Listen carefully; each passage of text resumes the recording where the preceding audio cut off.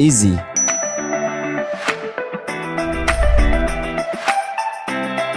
Sebuah informasi pendidikan dan karir, semuanya terhubung menjadi satu di sini. I'm Edu Bobo. Di Edunitas, terdapat beberapa menu yang dapat memudahkan kamu untuk mendapatkan informasi seputar dunia pendidikan dan karir. Di antaranya, ada Edu Kampus, Edu Karir, Edu Agent, Edu Promotion, dan Edu News. Edu Kampus menyajikan informasi kampus-kampus terbaik di berbagai wilayah Indonesia, mulai dari informasi biaya kuliah, diskon atau promo pendaftaran, informasi pendaftaran online, prospektus program studi dan karir lulusan, informasi beasiswa, dan masih banyak lagi. Edu Karir. Di sini, kamu akan mendapatkan informasi lengkap seputar dunia karir, seperti lowongan pekerjaan, lowongan freelance, lowongan magang, info job fair, melamar pekerjaan, dan masih banyak lagi. Bukan itu saja, di Edu Karir kamu akan mendapatkan rekomendasi pekerjaan yang sesuai dengan pendidikan kamu. Edu Agent. Rekomendasikan temanmu, adikmu, kakakmu, serta saudaramu untuk daftar kuliah di edunitas.com. Dapatkan insentif atau penghasilan menarik dari kami. Edu Promotion. Dapatkan berbagai promo atau diskon menarik dari berbagai merchandise. Tingkatkan transaksimu untuk mendapatkan berbagai promo atau diskon menarik seperti mendaftar kuliah, bayar kuliah, dan masih banyak lagi. Edu News. Berita seputar dunia pendidikan dan karir tersaji di Edu News. Yuk, segera daftar dan kunjungi website kami.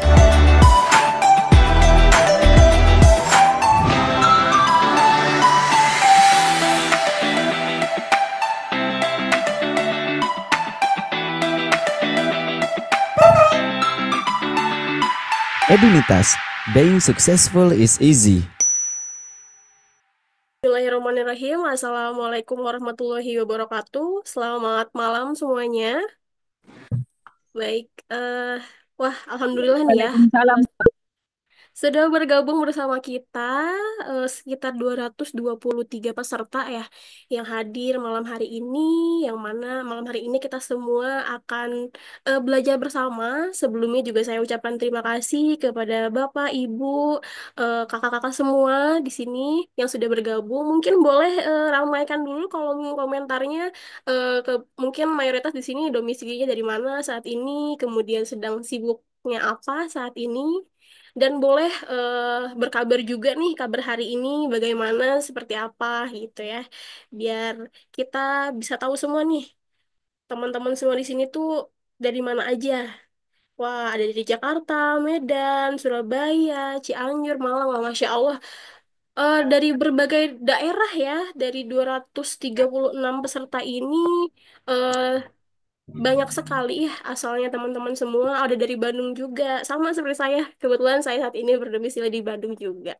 Oke, mungkin teman-teman semua di sini yang hadir itu dari berbagai kalangan ya. Mungkin ada yang mahasiswa, mahasiswi, atau yang sudah bekerja. Nah, boleh juga dong disampaikan nih di kolom komentar, saat ini sibuknya apa? Apakah bekerja, apakah masih kuliah, atau memang ingin belajar juga nih bersama sama-sama malam ini. Oh, mahasiswa, masih kuliah. Oh, kuliah, bekerja ada juga. Wah, Masya Allah, ternyata mayoritas di sini mahasiswa ya. Ada yang masih sekolah juga. Ada juga yang masih mencari kerja. Masya Allah, mudah-mudahan disegerakan ya, di tahun yang baru, tahun depan di tahun 2025 sudah ada rezeki lain yang lebih baik. Dan teman-teman semua di sini juga yang mahasiswa, mudah-mudahan dilancarkan perkuliahannya seperti itu ya. Luar biasa nih teman-teman semua ya, di sini sudah bisa menyempatkan waktu malam hari ini, di mana malam hari ini juga bisa dibilang malam menjelang akhir pekan ya, yang mungkin ada yang Sabtunya sudah libur juga, kemudian nanti juga hari ininya tentu pada libur ya. Tapi Masya Allahnya teman-teman semua di sini menyempatkan waktunya untuk belajar bersama. Ya, mungkin nanti selama berjalannya acara dengan belajar bersama ini kita bisa menambahkan beberapa insight dan pelajaran-pelajaran baru tentunya, di mana juga dari pemateri juga akan menyampaikan beberapa pengalamannya juga yang mudah-mudahan nantinya bisa menambah motivasi juga dan wawasan juga bagi kita semua. Oke, mungkin saat ini juga sudah hadir ya materi kita saat ini, yaitu Bapak Advokat Hijrah, yang mana beliau ini saat ini sebagai konsultan pajak juga ya salah satunya. Nah, Oke, teman-teman. Saat ini juga kita kan materinya itu termasuk akan mempelajari suatu materi yang eh, cukup baru juga dalam dunia perpajakan, yaitu tentang apa namanya Cortex Administration System. Mungkin ya teman-teman, mungkin di sini ada yang sudah tahu, mungkin ada juga yang baru tahu sehingga ingin tahu lebih banyak, akhirnya mengikuti agenda webinar malam ini. Nah, mungkin secara garis besar dulu ya, apa itu Cortex Administration System? Yaitu sebuah sistem manajemen berbasis teknologi yang dirancang untuk membantu mengelola data, aset, atau aktivitas secara terpusat, efisien, dan terorganisir. Nah, mungkin secara garis besarnya seperti itu ya teman-teman semua. Mudah-mudahan nanti selama berjalannya acara, teman-teman juga bisa lebih banyak mendapatkan insight baru ya, dan juga tentunya nanti kan ada sesi tanya jawab ya di sini. Jadi teman-teman semua bisa eh, selain menyimak juga bisa melakukan tanya jawab dengan pemateri kita saat ini. Seperti itu. Oke, baik teman-teman. Eh, Nanti saya juga ingin reminder kepada teman-teman semua yang sudah bergabung, jangan lupa di akhir acara kita itu akan ada pengisian presensi, sehingga teman-teman diharapkan tidak terlupa gitu ya untuk mengisinya, karena itu suatu hal yang penting juga teman-teman supaya bisa eh, mengisi apa namanya presensi yang disediakan oleh panitia dari acara ini. Oke, baik. Selanjutnya saya ingin menyampaikan juga atau memperkenalkan eh, sedikit background dari pemateri kita hari ini, yaitu Bapak Advokat Hijrah Hafifuddin SHMH BKP. Oke, di mana beliau ini dari background pendidikannya itu, Masya Allah ya teman-teman, sudah sangat banyak sekali banyak pendidikan dan juga pengalaman-pengalamannya dalam bidang pekerjaannya gitu.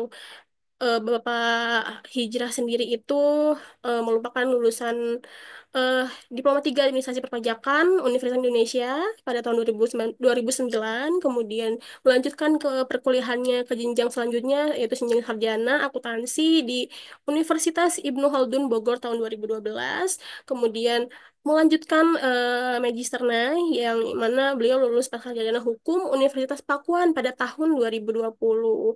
Kemudian juga beliau ini mengambil pendidikan lainnya, yakni Sarjana Hukum Sekolah Tinggi Ilmu Hukum STIH di Dharma Andiga tahun 2022, kemudian mengambil lisensi Hukum Pengadilan Pajak dan eh, pendidikan-pendidikan lainnya yang mungkin nanti bisa disampaikan juga oleh Pak Hijrah.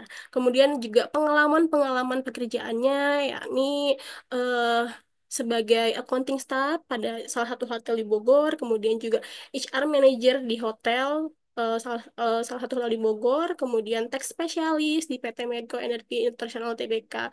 Kemudian saat ini juga bekerja sebagai dengan managing partner KKP Hijrah and Partner, kemudian ketua Yayasan Pendidikan Toha Berkah Mandiri ya EPT BM, kemudian pengurus International Fiscal Association atau IFA yang kita kenal semua ya di chapter Indonesia dan lainnya juga. Beliau juga saat ini sebagai dosen di beberapa universitas terkait seperti itu ya teman-teman semua.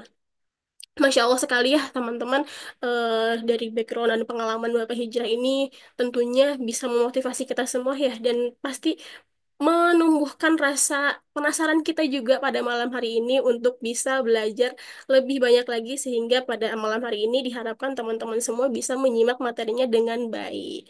Seperti itu. Oke. Baik, di sini sudah bergabung bersama kita ya Bapak Hijrah. Halo Bapak Hijrah, selamat malam. Ya, selamat malam. Alhamdulillah, Masya Hmm, Allah Bapak. Bagaimana siapa? nih kabarnya Bapak? Alhamdulillah, luar biasa sehat. Alhamdulillah, Masya Allah ya Pak, sudah siap nih menyampaikan materi ke teman-teman semua yang, wah Masya Allah Pak, ini sangat banyak sekali pesertanya. Jadi Wih, saya ada minat berapa nih? belajarnya, rasa ingin tahunya juga luar biasa nih Pak. Masya Oke, Allah. mantap. Oke. Bapak saat ini domisili di mana? Domisilinya di Bogor. Oke, di Bogor teman-teman semua, Masya Allah Hmm, ya. Baik, oke.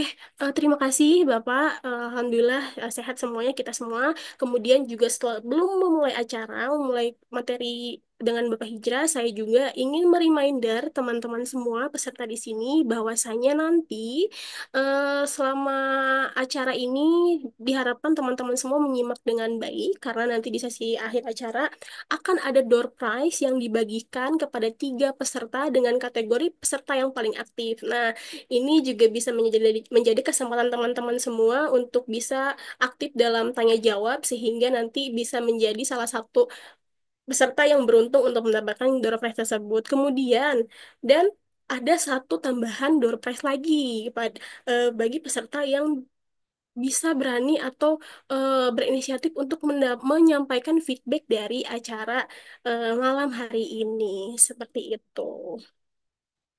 Oke, tanpa berlama-lama lagi ya teman-teman semua, Bapak Hijrah juga sudah bergabung dengan kita semua, kemudian juga teman-teman semua juga semakin banyak juga nih yang bergabung. Alhamdulillah saat ini sudah bergabung sekitar 300 peserta. Jadi saya selaku moderator mempersilahkan kepada Bapak Hijrah untuk bisa memulai materinya saat ini. Persilahkan Bapak. Ya, baik. Terima kasih Mbak Neng atau apa nih Teteh ya dari Bandung, Teh Ayu atas kesempatannya dan tadi sudah dijelaskan juga CV-nya ya. Saya rasa cukup.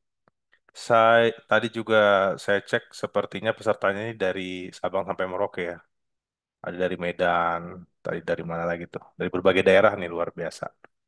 Oke, hari ini mungkin lebih ke sharing aja ya, sharing terkait dengan administrasi perpajakan yang sistemnya baru, disebutnya namanya Cortex atau inti dari administrasi perpajakan. Nah, mungkin di sini ada sebagian dari teman-teman saya juga dari konsultan pajak gitu ya. Kemudian mungkin ada juga peserta mahasiswa tadi, kemudian mahasiswa yang karyawan ya, ataupun mahasiswa yang baru lulus mungkin dari SMA gitu, baru melanjutkan. Nah, ini jadi kita semua kalau misalkan mendengarkan suatu materi kita eh, apa namanya filosofinya itu mengkosongkan gelas dulu ya. Kita kosongkan, kita terima informasinya. Saring nanti melengkapi gitu ya. Oke, oke next. Nah, ini udah di next aja. Oke, eh CTAS atau Cortex Administration System. Jadi awalnya memang akan diterapkan di Juli 2024. Akan tetapi ya karena mengalami pengembangan-pengembangan sehingga diundur akan diimplementasikan insya Allah tanggal 1 Januari 2025. Semoga tidak mundur lagi ya. Nah, kalau bicara perpajakan biasanya tak apa namanya tak lengkap jika kita tidak mengetahui dasarnya atau dasar hukumnya. Nah, jadi ini ada tiga dasar hukum terkait dengan administrasi perpajakan terbaru atau Cortex, yaitu ada Perpres 40 2018, ada KMK 483 2020, dan yang terakhir adalah PMK, Peraturan Menteri Keuangan Nomor 81 2024. Yang jumlah halamannya sangat tebal ya, ada 600 halaman. Nah, mangga yang suka baca dibaca peraturannya ada 600 halaman. Itu yang PMK 8124 ini masih anget ya, baru tentang ketentuan perpajakan dalam rangka pelaksanaan sistem inti administrasi perpajakan atau disingkat Cortex System. Oke, next.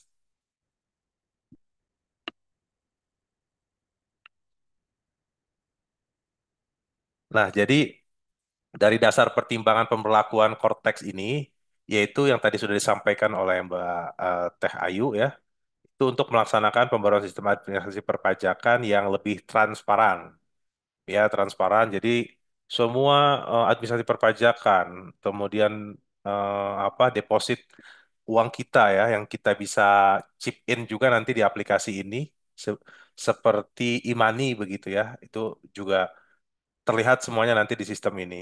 Kemudian efektif, efisien dan akuntabel. Dan juga bisa membangun sinergi dengan optimal antar lembaga. Jadi dengan sistem ini ya teman-teman, nanti teman-teman misalkan punya usaha, punya PT gitu ya. eh kemudian juga terdaftar sebagai pemegang saham ya, pemegang saham PTA, PTB, PTC sebagai direktur misalkan. Nah, itu sudah tersinkronisasi nanti, sinergi dengan Kementerian Hukum dan HAM. Nah, jadi sudah tidak bisa lagi kita bilang direkturnya cuma di satu PT, ternyata di tiga PT. Karena semua lembaga sudah tersinkronisasi dengan sistem Cortex ini. Gitu. Kemudian mudah, handal, terintegrasi, akurat, dan pasti ya. Disingkat mantap. Ah, tujuan daripada Cortex System ini adalah meningkatkan kepatuhan wajib pajak ya, yang mana kepatuhan wajib pajak di Indonesia ini masih persentasenya masih sangat rendah, sehingga dengan adanya transparansi ya dan juga kecepatan dalam mengkolek data dan mencari data dari setiap wajib pajak. Nah, ini diharapkan bisa meningkatkan kepatuhan wajib pajak. Dan tentunya ini adalah untuk meningkatkan penerimaan negara, yang mana target penerimaan negara makin tahun makin eh, meningkat ya. Apalagi nanti ada program makan siang gratis. Nah, itu perlu dana dari penerimaan negara. Salah satunya adalah pajak. Oke, next. Nah, jadi Cortex itu adalah semuanya serba sistem, tidak ada intervensi manusia ya. Kemudian setiap orang atau wajib pajak itu diperlakukan sama ya. Jadi kalau mungkin sebelum ada Cortex, kalau di KPP Pratama ya, Kantor Pelayanan Pajak Pratama, itu AR atau akun representatif ya itu akan menggali potensi penerimaan negara kepada WPWP yang kira-kira strategis lah atau yang besar-besar yang setoran pajaknya besar setiap tahun itu saja gitu. Jadi tidak ada pengembangan pengembangan lagi, ekstensifikasi lagi untuk mendapatkan wajib pajak baru yang memiliki penghasilan yang besar sehingga pajaknya pun akan besar gitu ya.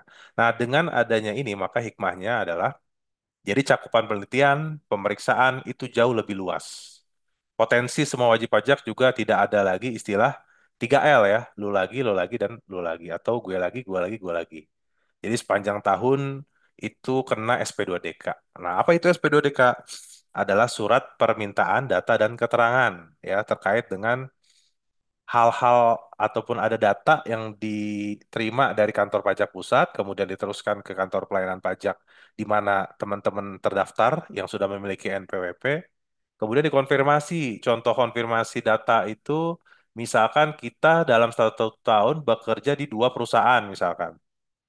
Tetapi kita hanya melaporkan penghasilan di satu perusahaan saja bukti potongnya. Nah, tapi pajak sudah mengetahui bahwa kita bekerja di 2 perusahaan dan 2 bukti potong dari perusahaan. Nah, itu salah satu yang akan dikonfirmasi melalui surat SP2DK. Gitu.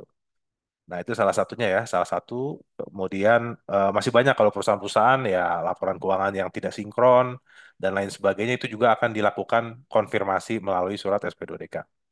Kemudian selain SP2DK juga mungkin sepanjang tahun kena pemeriksaan pajak. Nah, kita ada beberapa klien yang memang tiap tahun ya tidak bosan untuk terus selalu dilakukan pemeriksaan pajak dan itu sangat melelahkan ya. Sangat melelahkan karena permintaan datanya cukup banyak. Nah, itu adalah beberapa hikmah yang bisa kita ambil. Oke. Nah, pemadanan NPWP dan NIK ini sudah berlaku ya kemarin 2024 ya. Jadi teman-teman yang belum sinkronisasi silakan sinkronisasi NIK menjadi NPWP ya.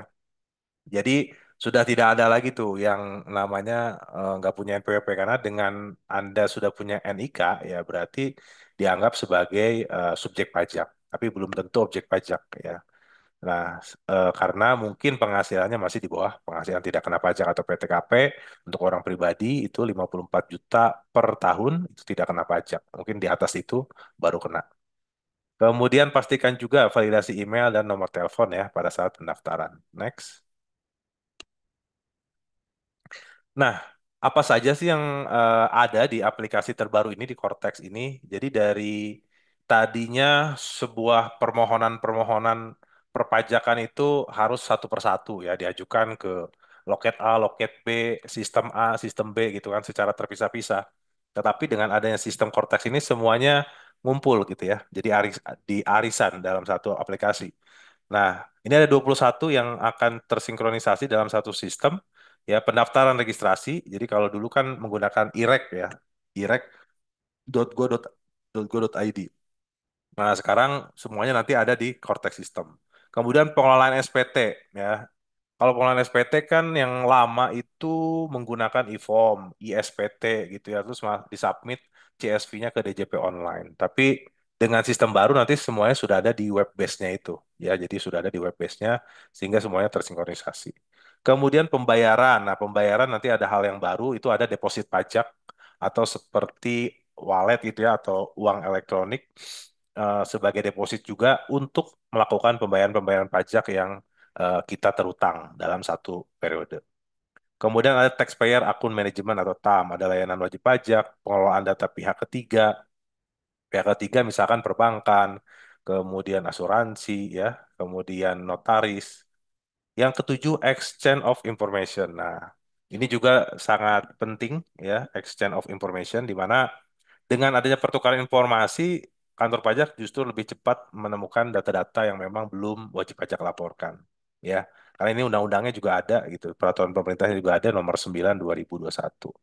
Data quality management. Ada juga dokumen manajemen sistem, business intelligence, kemudian CRM ya, compliance risk management, penilaian, pengawasan. Ya, jadi dengan nanti kita sudah submit SPT melalui Cortex, nah pengawasannya ini jauh lebih cepat dan jauh lebih ketat dan jauh lebih bisa lebih cepat ditemukan. Eh, kebalik lagi nih. Next, oke. Nah, kemudian ekstensifikasi. Nah, artinya nanti kantor pajak akan terus menambah jumlah wajib pajak ya dengan ekstensifikasi tujuannya untuk kepatuhan pajak dan juga penerimaan negara. Kemudian pemeriksaan ya, pemeriksaan jadi jauh lebih cepat, kemudian penagihan, intelijen, penyidikan.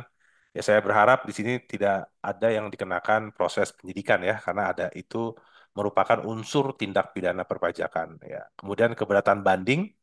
Keberatan banding ini adalah salah satu upaya hukum dari wajib pajak untuk menuntut hak-haknya ketika hak-haknya tidak diberikan dalam proses pemeriksaan pajak gitu ya.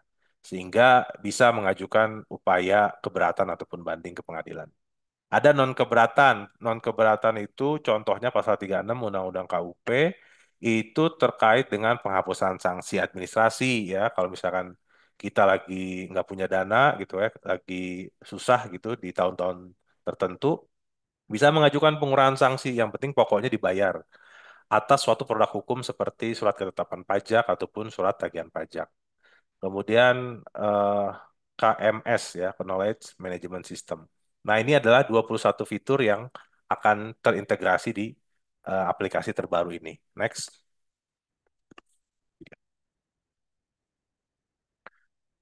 Nah, ini ada beberapa mungkin dapat berita ya bahwa dengan adanya Cortex System nanti rekeningnya dari teman-teman wajib pajak orang pribadi ataupun wajib pajak badan usaha itu rekening korannya katanya bisa dicek gitu ya bisa otomatis masuk ke Cortex System. Tapi ini apa namanya suatu berita yang hoax ya hoax jadi tidak bisa serta-merta rekening koran kita itu bisa langsung diketahui oleh pajak, kecuali wajib pajaknya sedang dalam proses pemeriksaan. Kalau pemeriksaan secara undang-undang, tim pemeriksa pajak itu bisa meminta data perbankan atas perintah undang-undang, bisa meminta data perbankan ataupun ke lembaga lainnya, itu bisa. Tapi kalau di luar dari konteks pemeriksaan pajak, seharusnya tidak bisa langsung serta-merta otomatis bisa diakses gitu ya. Jadi ini adalah berita hoax, jadi ambil hikmahnya saja. Next. Nah, jadi di antara hikmah besar, ya ini mungkin bagi konsultan pajak ya, jadi dari konsultan pajak, jadi seluruh wajib pajak itu menjadi melek pajak atau sadar pajak. Bagi yang tidak mau repot ataupun pusing dengan pajak, silahkan ke konsultan pajak. Nah, konsultan pajak itu menjalankan akses Cortex klien menggunakan impersonating. Nah, impersonating ini artinya berperan sebagai wajib pajak badan atau orang pribadi yang diwakili. Nah, jadi ada akses impersonating yang diberikan akses kepada kuasanya dan itu harus konsultan pajak yang berizin ya yang telah lulus sertifikasi konsultan pajak. Konsultan pajak bisa megang berapa? Bisa mewakili berapa? Ya bisa satu, dua, 100, 1000, bahkan 10.000 karena jumlah wajib pajak ada puluhan juta ya. Nah, jadi bisa saja sepanjang kita dikuasakan, ada surat kuasa, sepanjang hak dan kewajiban dalam kontrak antara wajib pajak dengan konsultan pajak itu jelas, gitu ya. Dan yang terpenting adalah honornya cocok, gitu. Kalau nggak cocok ya kita nggak wakili. Oke, next.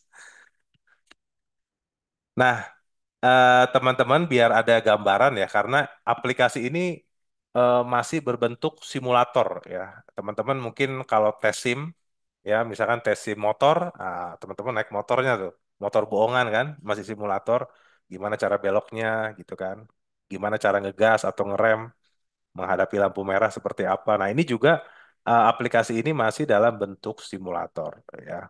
Nah, yang pertama ketika eh, ini adalah memasukkan kuasa atau representatif untuk wajib pajak badan atau orang pribadi yang mana diwakili ya. Nah, ini ada di sudut kanan. Nah, di sini. Oke. Kemudian nanti ada main account, ada taxpayer gitu. Nah, ini adalah untuk kuasa ya. Next. Nah, jika bertindak sebagai kuasa ya, Cortex akan menunjukkan posisi peran dari pihak yang diwakilinya.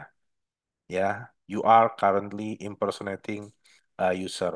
Jadi, role aksesnya ini bertujuan untuk meningkatkan keamanan akses ke akun wajib pajak di mana hanya yang benar-benar wajib pajak orang pribadi atau pengurus atau wakil atau kuasa saja yang dapat mengelolanya. Jadi, nggak bisa sembarangan orang ya, karena ini sifatnya rahasia. Ya, apalagi kalau namanya pajak kan itu sistemnya adalah kepercayaan. Ya, next. Nah, izin berpandangan, di antara hikmah besar bagi konsultan pajak terkait dengan tadi ya, masalah kuasa atau wakil dari wajib pajak. Jadi konsultan pajak atau KP resmilah yang bisa menjadi kuasa wajib pajak, yaitu yang terdaftar dalam SIKOP Kementerian Keuangan, Sistem Informasi Konsultan Pajak dari Kementerian Keuangan. Dengan demikian, yang bisa mewakili pemenuhan hak dan kewajiban wajib pajak, yaitu pertama PIC, ya mungkin karyawannya atau pegawai yang diberi hak akses, konsultan pajak resmi yang diberi hak akses, dan konsultan pajak yang bersedia menerima, atau pihak lain yang memenuhi syarat, namun ini belum diatur. Jadi, itu yang bisa mewakili teman-teman nanti dalam menggunakan aplikasi Cortex. Next. Nah, ini adalah supenu wakil atau kuasa ya, berisi daftar kuasa yang ditunjuk oleh wajib pajak untuk menambahkan konsultan pajak sebagai kuasanya.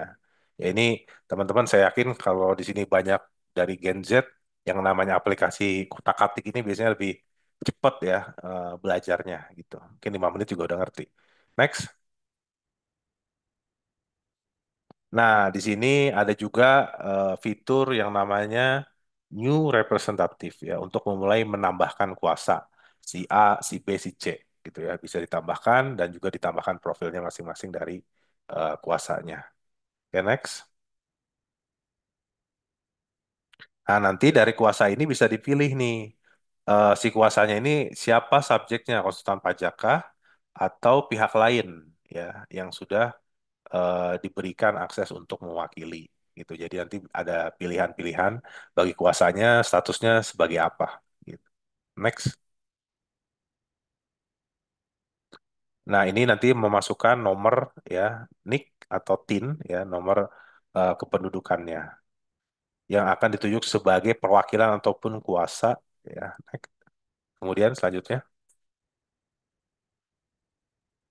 Nah, nanti di sini setelah di input nanti akan masuk dalam list sebagai eh, new apa namanya representatif atau kuasanya.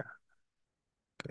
Nah, berikutnya akan muncul data konsultan yang akan ditunjuk sebagai perwakilan atau kuasa. Jika belum muncul, artinya orang tersebut belum terdaftar di database Cortex. Nah, jadi secara pribadinya pun ya dia harus terdaftar juga di Cortex biar pada saat mewakili dari wajib pajak secara sistem itu sudah tersinkronisasi. Next.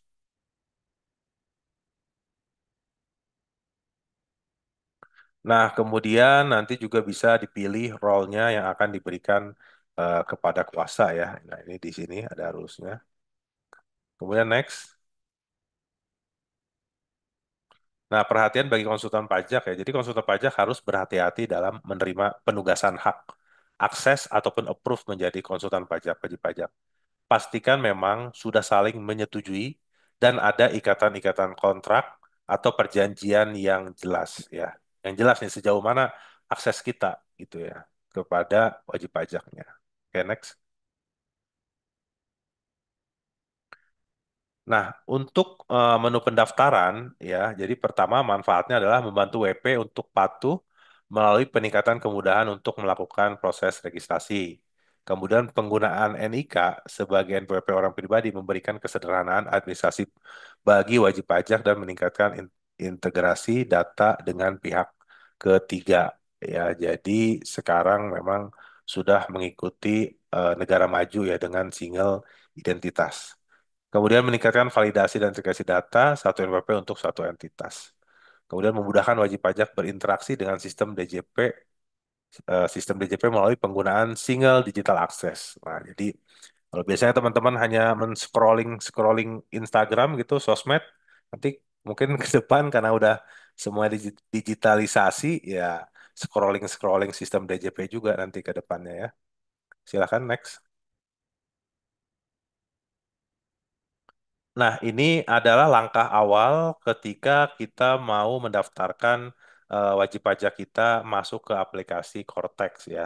Dengan melakukan pendaftaran terlebih dahulu menggunakan NIK ataupun NPWP 16 digit, kemudian create password, kemudian pilih bahasa dan juga kalau ada lupa bisa di reset passwordnya. Nah, kemudian klik new registrasi. Nah, itu adalah kita mendaftarkan untuk masuk ke dalam sistem Cortex ya. Next. Nah, ini pendaftaran nanti seperti biasa lah saya yakin teman-teman bisa ya. Jadi yang namanya itu bikin new akun, nanti semua ada verifikasi email, kemudian nanti mungkin passwordnya bisa diganti kalau passwordnya acak-acakan. Nah, kita ganti yang lebih mudah gitu. Dan pendaftaran ini juga bisa untuk buat paspres, untuk tanda tangan digital pada dokumen perpajakan. Jadi ke depan memang semua adalah paperless. Jadi sekarang di kantor pajak pun hampir sebagian besar semua surat-surat penugasan, surat-surat apa namanya, pemeriksaan pajak dan lain sebagainya itu semua sudah digitalisasi atau menggunakan barcode. Ya, jadi benar-benar paperless. Next. Nah, pendaftaran wajib pajak atau wajib pajak orang pribadi ya. Istri menjalankan hak dan kewajiban bergabung atau tidak berpisah, maka NIK suami saja yang perlu diaktifasi sebagai NPWP, sedangkan NIK istri dan anggota keluarga lainnya didaftarkan ke dalam data unit keluarga. Jadi, teman-teman, ketika sudah menikah, suami istri gitu ya, dan si suami dan istri itu punya NPWP masing-masing. Jika ingin digabung, ya sebaiknya NPWP istri itu dicabut atau dihapuskan sehingga hanya menginduk ke NPWP suami jika memang digabung. Kemudian next. Nah, jika eh, kewajiban dari suami dan istri itu untuk perpajakannya terpisah, ya maka nanti pendaftarannya masing-masing. Suami punya akun sendiri, istri punya akun sendiri berdasarkan NIK-nya masing-masing. Ini adalah suatu pilihan ya. Mungkin ada yang dari awal sebelum menikah ada perjanjian pisah harta. Nah, karena subjek hukumnya berbeda gitu silahkan. Begitupun dengan subjek dari subjek pajak itu sendiri juga mungkin ingin dipisah itu silahkan. Itu adalah pilihan. Next. Oke, pendaftaran wajib pajak atau WP ya untuk badan hukum, kemudian ada badan usaha dan badan lainnya. Oke, ini semuanya badan hukum dalam bentuk PT, perseroan perorangan, yayasan, perkumpulan, koperasi, dan ini semua masuk dalam sistem AHU ya. AHU itu dari Direktorat Jenderal Kementerian Hukum dan HAM. Kemudian next silakan. Oke. Nah, ini ada pengukuhan PKP. Jadi, teman-teman kalau yang usahanya eh, dalam badan usaha ya, misalkan CV atau PT, tapi orang pribadi pun bisa ketika penghasilan kotor kita atau omset kita sudah melebihi 4,8 miliar dalam setahun, nah itu diwajibkan untuk mengajukan permohonan pengusaha kena pajak. Pengusaha kena pajak ini adalah pintu masuk teman-teman diamanahkan oleh undang-undang untuk memungut PPN. Apa itu PPN? Pajak pertambahan nilai, yang mana nanti 1 Januari 2025 tarifnya Nah, sekarang silakan teman-teman mungkin diketik kalau 2024 tarif PPN berapa, silakan diketik. Kemudian 1 Januari 2025 berdasarkan Undang-Undang Harmonisasi Peraturan Perpajakan yang disahkan oleh DPR di November 2021 kemarin itu naik menjadi 12% ya. Jadi sekitar 2 mingguan lagi nih ya. Ya 3 minggu lagi lah PPN akan naik ya. Jadi make up semua nanti naik gitu ya. Krim malam, krim pagi, siang, sore, semua serum semua naik 1% gitu ya. Secara tarif sih, secara tarif. Next. Oke. Nah, ini adalah penghapusan dan pencabutan NPWP. Wah, itu udah dijawab 12% ya. Berarti teman-teman udah siap nih ada kenaikan PPN. Otomatis barang-barang semua pada naik. Oke, jadi kalau ketika misalkan tadi contohnya ya istri ingin digabung NPWP-nya dengan suami, silakan ajukan permohonan penghapusan NPWP. Kalau orang pribadi jangka waktunya adalah 6 bulan, kalau perusahaan itu 12 bulan. Dan sudah pasti diterima sepanjang memang utang pajaknya sudah lunas semua. Ya, dan administrasinya juga sudah lengkap semua. Next. Oke, nanti diingatkan ya Bayu durasinya berapa lama lagi. Next aja, next ini sama tadi. Nah, ini eh, memang pajak itu harus juga mengerti dasar hukum ya. Jadi saya coba summary-kan saja yang tadi aturan PMK, Peraturan Menteri Keuangan 81/2024 yang jumlah halamannya ratusan ya sampai 600. Jadi untuk ada istilah NPWP jabatan untuk orang pribadi. Jadi NPWP jabatan itu kalau kita kan tadi registrasi sendiri itu NPWP mandiri, permohonan sendiri. Tapi ketika orang sudah eh, punya penghasilan, tapi dia belum mendaftarkan diri menjadi wajib pajak yang memiliki NPWP, maka nanti atas hasil penelitian dari kantor pajak, dia bisa saja ditetapkan NPWP secara jabatan. Jadi NPWP-nya diterbitkan dari kantor pajak. Gitu. Nah, ini diatur di pasal 22. Kemudian ada juga wajib pajak nonaktif ketika perusahaannya memang ataupun badan usahanya tidak berjalan sebagaimana mestinya ya. Jadi vakum gitu selama 2, 3 tahun, 4 tahun. Silakan mengajukan permohonan non aktif gitu. Agar pelaporan SPT bulanan ataupun tahunan sudah tidak perlu lagi lapor kalau status kita non aktif atau NE ya, non efektif gitu. Kemudian ada penghapusan NPWP, ada NPWP bagi WBT, kemudian NPWP jabatan, dan penghapusan NPWP. Nah, ini semua terkait dengan administrasi lah untuk di awal-awal ya. Next. Nah, kemudian pemusatan PPN per 1 Januari 2025. Jadi kalau sebelum aturan ini ya apa NPWP untuk PPN itu ya ada NPWP pusat, ada NPWP cabang. Tapi dengan adanya peraturan baru atau sistem baru, maka akan terpusat di satu badan usaha atau di induknya. Gitu. Kemudian nanti PKP menggunakan kantor virtual. Nah, ini kan banyak di Jakarta yang hanya nebeng alamat gitu ya, biar wah ini ada alamat di kantor Kuningan, Sudirman, nah keren. Nah, itu sekarang bisa diakomodir. Cuman memang ada syarat-syarat tertentu dari perusahaan virtualnya, itu harus sudah PKP dulu. Baru bisa menggunakan PKP alamat kantor virtual. Kemudian ada PKP jabatan, pencabutan PKP. Next, silakan.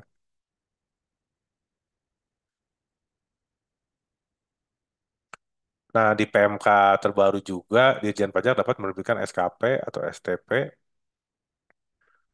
bagian tahun pajak setelah penghapusan NPWP pencabutan. Nah, ini hal yang baru juga ya, teman-teman. Jadi, kalau NPWP-nya sudah dicabut sih, udah dihapus, ya harusnya sudah tidak bisa ditagih lagi. Tapi dengan adanya peraturan ini, ketika nanti kantor pajak menemukan ada data baru atau penghasilan baru, ya sehingga bisa diterbitkan SKP atau STP walaupun NPWP kita itu sudah dihapuskan. Nah, ini diatur di pasal 70 ayat 3 dan ayat 6. Itu ini hal baru juga nih. Agak unik sih gitu. Oke, nanti kita bahas lah kita diskusi untuk SKP. Nah, kemudian hal baru berikutnya adalah kode billing multi akun. Nah, jadi kalau dulu mungkin ada beberapa kode billing ya. Misalkan pasal 21 billingnya sendiri, pasal 23 billingnya sendiri. Nah, ini satu kode billing untuk beberapa jenis pajak ataupun pembayaran beberapa utang pajak sekaligus. Nah, ini mungkin lebih simpel. Kalau dulu kan setiap jenis pajak itu kodenya beda-beda. Kemudian ada juga akun deposit pajak. Nah, ini yang tadi saya jelaskan. Jadi, kita bisa naruh uang di aplikasi ini ya sebagai deposit gitu, seperti e-money atau apa namanya ya deposit di marketplace gitu ketika nanti kita mau beli sesuatu atau bayar pajak jenis tertentu ya tinggal ngurangin depositnya itu. Tapi di deposit pajak ini nggak ada itu ya. Kalau misalkan di GoFood kan ngisi deposit dengan jumlah tertentu, nah itu dapat diskon potongan harga. Kalau di sini belum ada nih potongan pajak misalkan atau potongan sanksi administrasi. Mungkin nanti kita usulkan dengan deposit pajak minimal ada penghapusan sanksi yang dikasih diskon misalkan ya. Tapi untuk sementara ini belum ada. Oke, next. Oke, ini kode billing. Intinya sih kode billing itu sama lah seperti kita bayar internet, bayar telepon itu ada billingnya ya. Begitupun dengan pajak. Nanti bisa di-create di aplikasi ini. Next. Oke, next aja nih. Next. Sama nih. Skip aja nih. Udah pada bisa lah kalau pembayaran. Nah, ini deposit pajak ya. Jadi merupakan fitur baru agar WP dapat melakukan pembayaran lebih dulu sebelum wajib pajak sebelum kewajiban pajak timbul. Konsep deposit pajak menurut definisi adalah pembayaran pajak yang belum terikat ke satu jenis pajak tertentu. Nah, gitu ya. Jadi negara sudah dapat nih uang masuknya gitu, terserah mau dipakai apa. Itu kan di sistem aja. Nanti dari situ sebenarnya mungkin bisa dipakai untuk apa gitu kan. Tapi di aplikasi kita ya sesuai dengan nominal yang kita depositkan dan itu nanti bisa digunakan ketika ada utang pajak bulanan atau tahunan ya bisa dipergunakan.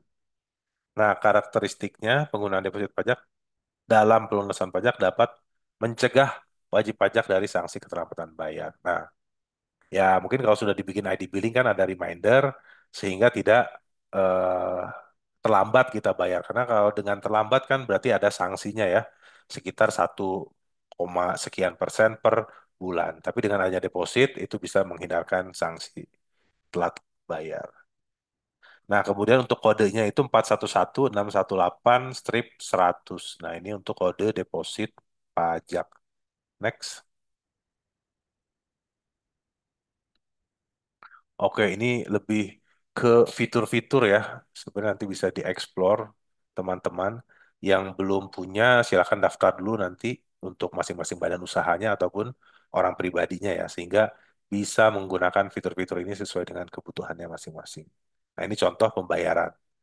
Jadi lakukan pembuatan kode billing secara mandiri. Nanti ada create, next.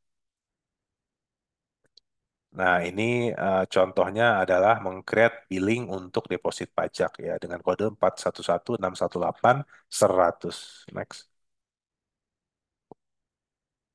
Nah, nanti akan muncul seperti ini kode billingnya kurang lebih ya, muncul kode billing dengan tergenerate otomatis lakukan pembayaran. Nah, ini pakai barcode. Next. Ada juga pemindah bukuan. Pemindah bukuan itu ketika kita salah nominal atau salah kode pajak itu bisa menggunakan pemindah bukuan. Ya, next.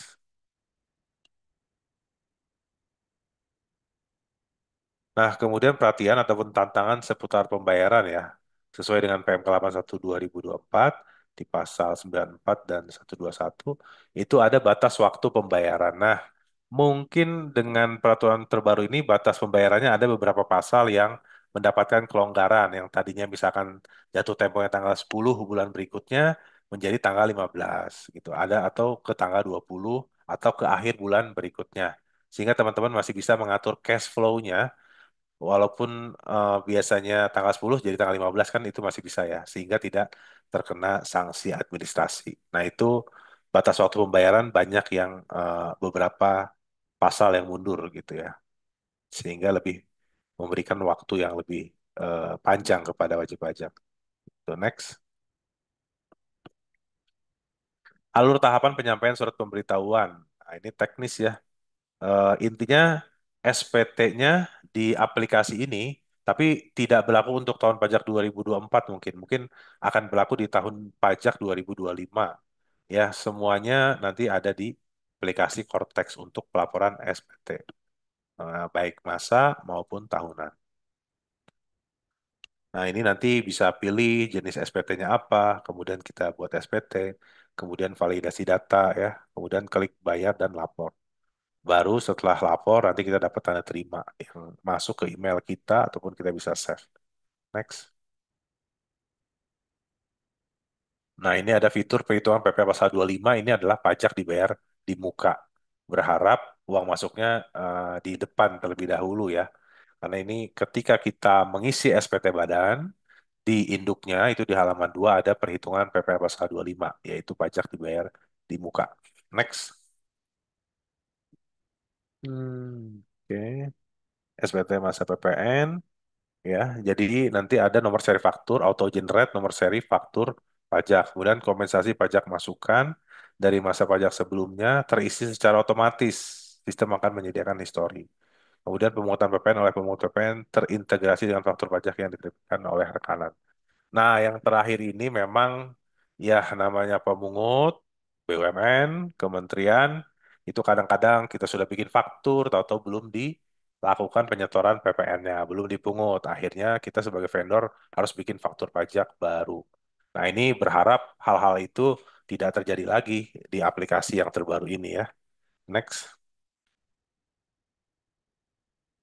SPT masa 21 dan 26. Nah, intinya eh, pertama ya, data bukti potong sudah real time pre-populate dari database registrasi. Jadi eh, teman-teman sebagai wajib pajak orang pribadi kan kalau dulu kalau kalau tenaga ahli kan dapat bukti potongnya itu dari berbagai penerima kerja atau dari berbagai klien yang mana di akhir tahun tuh kita harus minta nih bukti potong PTA, PTB, ayo dong dikirim bukti potongnya. Tapi dengan adanya aplikasi Cortex itu kita nggak perlu minta-minta lagi karena nanti sudah otomatis muncul sendiri di aplikasi itu. Ya, jadi kita tidak perlu capek-capek lagi nanti minta bukti potong ke vendor kita. Nah, ini salah satu kecanggihannya itu. Nah, yang memang banyak diharapkan oleh wajib pajak. Saya udah bayar pajak motor segala macam harusnya kan udah masuk sistem dong gitu. Jangan kita harus minta lagi legalisir atau apa. Nah, ini semua sudah serba canggih nih sekarang. Next.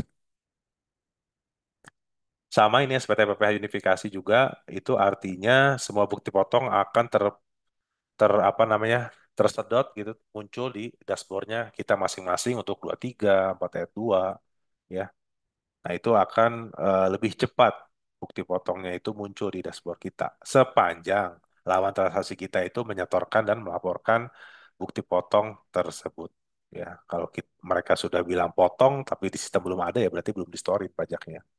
Nah, itu banyak terjadi tindak pidana perpajakan karena dia sudah potong tapi tidak setor ataupun lapor. Yang dirugikan adalah wajib pajak yang dipotong dan dilapor akan ditagih lagi oleh kantor pajak. Next. Beberapa hal baru dalam pelaporan SPT pada Cortex ya. Mengisi SPT dimulai dari induk dengan menjawab pertanyaan. Oke. Jadi nanti di aplikasi itu ya banyak pertanyaan. Misalkan apakah SPT Anda diaudit? Misalkan nanti klik ya atau tidak gitu. Siapa nama auditornya gitu kan. Nah, tinggal masukin NPWP auditornya. Terus apakah Anda mengisi ini dengan konsultan pajak? Jawabannya ya. Siapa konsultan pajaknya? Nah, jadi ngisinya langsung di aplikasi Cortex ini ya dengan berbagai macam pertanyaan. Pokoknya kalau pusing nggak diserahin ke konsultan pajak. Next. Ya ini sama, itu teknis SPT ya, orang pribadi dan badan kurang lebih pengisiannya sama, cuman formulirnya aja yang berbeda. Kalau badan lebih banyak formulirnya. Silakan dilanjut. Nah, ini adalah dashboard untuk PPN ya. Jadi semua faktur pajak yang dulunya kan faktur pajak e-faktur sendiri, terus web web faktur pajak juga sendiri, nanti lapornya sendiri lagi di DJP online. Nah, sekarang sudah jadi satu di dalam aplikasi ini. Ya, untuk PPN pajak keluaran, pajak masukan, restitusi PPN, semua ada di sini. Oke, selanjutnya silakan. Ini e-book pot ya, elektronik bukti potong. Ya ini jenisnya banyak sekali nih. Ada 21, kemudian 26, ya. Nanti teman-teman bisa baca nih. Kalau misalkan masih pusing atau liar, ya dibaca dulu aja deh. Di selebihnya kita bisa diskusi. Next. Oke, batas waktu pelaporan pun ini ada resume tersendiri, artinya banyak sekali kelonggaran-kelonggaran dalam pelaporan SPT untuk di Cortex ini ya, banyak perubahan-perubahannya. Ada beberapa perubahan lah. Penyebutan bagian tahun pajak dalam SPT PPH untuk bagian tahun pajak SPT Induk, lampiran, perpanjangan penyampaian SPT, pembuatan SPT, SPT yang disampaikan oleh WP merupakan SPT LB. Nah, oke, ini seputar pelaporan. Next. Nah, kemudian mungkin perhatian ya dan tantangan seputar pelaporan. Yang pertama, hati-hati bukti potong dan faktur pajak pre-populate. Ya, dengan adanya Cortex, kita tidak bisa lagi menyembunyikan bukti potong yang kita mungkin miliki, eh, misalkan lebih dari satu, tapi kita laporkan hanya satu. Di sistem ini akan muncul semua seluruh penghasilan yang bersumber dari berbagai sumber vendor ataupun perusahaan. Hati-hati pembuatan bukti potong ya, faktur pajak harus ada identitas NPWP. Jadi banyak juga mungkin wajib pajak yang minjem KTP gitu ya. Minjem KTP, minjem NPWP, tapi sebenarnya itu bukan yang sebenarnya sehingga dia akan terbebani oleh sebuah pembelian, expense ataupun penghasilan. Jadi ya kita berharap sih dengan adanya ini kita tidak bisa sembarangan lagi meminjamkan NPWP ataupun KTP. Kemudian hati-hati laporan keuangan audit karena sudah otomatis Fiskus tahu. Jadi ini juga banyak di lapangan ya. Kalau kita memang sebenarnya faktanya diaudit oleh akuntan publik, iya di SPT badannya juga kita checklist diaudit. Jangan apa laporan keuangan diaudit tapi di SPT bilang nggak diaudit. Nah ini sudah tidak bisa lagi disembunyikan dan Fiskus sudah tahu. Oke. Kemudian hati-hati siapa konsultan pajak yang diberi akses SPT dan Fiskus juga sudah tahu karena dari tadi ya apa sebagai kuasa sudah terdaftar tuh di awal. Kemudian hati-hati juga saldo bank, khususnya yang lebih dari 1 miliar. Nah, ini saya yakin teman-teman saldonya sudah di atas 1 miliar, jangan lupa dipecah-pecah. Fiskus juga sudah tahu. Nah, kemudian hati-hati pelaporan harta atas saldo-saldo bank, walau masih di bawah 1 M, tapi harus tepat dan sesuai dengan pelaporan SPT kita ya, karena ini kaitannya dengan penghasilan. Kemudian juga hati-hati mutasi antar rekening. Next. Kemudian hati-hati analisis pergerakan harta ya. Teman-teman, isi SPT orang pribadi itu ada analisis ke kenaikan harta bersih. Jangan sampai kenaikan harta bersih lebih besar daripada penghasilan bersihnya teman-teman. Karena itu dianggap ada penghasilan yang belum dilaporkan. Jangan pengen keren-kerenan di SPT, hartanya dibanyak-banyakin, tahu-tahu tidak mencerminkan penghasilannya dalam 1 tahun. Begitupun dengan utang, ya karena semakin banyak utangnya, orang pajak dianggap itu sebagai penghasilan juga, ya karena kan ada pencairan dana dari bank. Tuh, nanti akan dianalisis juga. Begitu juga dengan analisis biaya hidup, ya biaya hidup, data listrik dan data langganan. Jadi eh, kita mungkin tidak perlu lagi apa ya posting-posting gitu di sosmed punya ini punya itu gitu kan. Nah nanti itu menjadi capturean dari kantor pajak. Wah ini mobilnya ini terus sering berlibur ke luar negeri. Tapi kok laporan SPT-nya penghasilannya kecil misalkan. Nanti akan di-capture tuh semua sosmednya dibandingkan dengan SPT-nya. Nah itu apakah sudah mencerminkan gaya hidup dan biaya hidupnya atau belum? Gitu. Nah, ini lebih mudah lagi nanti di sistem Cortex ini. Next. Oke, ini terkait seputar pelaporan ya.